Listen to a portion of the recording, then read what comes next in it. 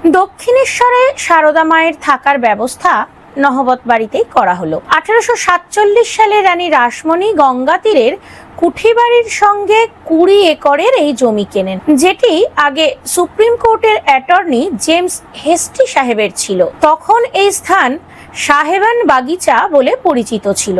রানী রাসমণি কালী মন্দির নির্মাণের দেখাশোনার জন্য জামাই মথুরবাবুকে নিয়ে প্রায়ই কুঠিবাড়িতে থাকতেন। পরবর্তী সময় ঠাকুর মন্দিরের পুরোহিত হয়ে এই বাড়ির নিচের তলায় গঙ্গার দিকে একটা ঘরে বেশ কয়েক বছর ছিলেন। মথুরবাবুর দেহত্যাগের পর ঠাকুর কালী মন্দিরের উত্তর পশ্চিম দিকের ঘরে থাকতেন, বর্তমানে যাকে ঠাকুরের ঘর বলা হয়। এই কুঠিবাড়িরই পশ্চিম দিকে দোতলা নহবত বাড়ি। ঠাকুরের মা চন্দ্রমণি দেবী তার নাতনি লক্ষ্মীর সঙ্গে নহবতেরই দোতলার একটা ঘরে থাকতেন, আর মা সারদা থাকতেন নহবতের নিচের তলার ঘরে। এই ঘরটির আকার অষ্টভুজ ধরনের। ঘরের মেঝের পরিমাণ খুব বেশি হলে 50 ফুট। তার মধ্যেই মা সারদার খাওয়া, বসা, শোয়া, আর সেই স্বল্প জায়গাতেই মায়ের রান্নার বাসন, হাঁড়ি, কড়াই, জলের মাটির জালা, মশলা পাতি, চাল, ডাল,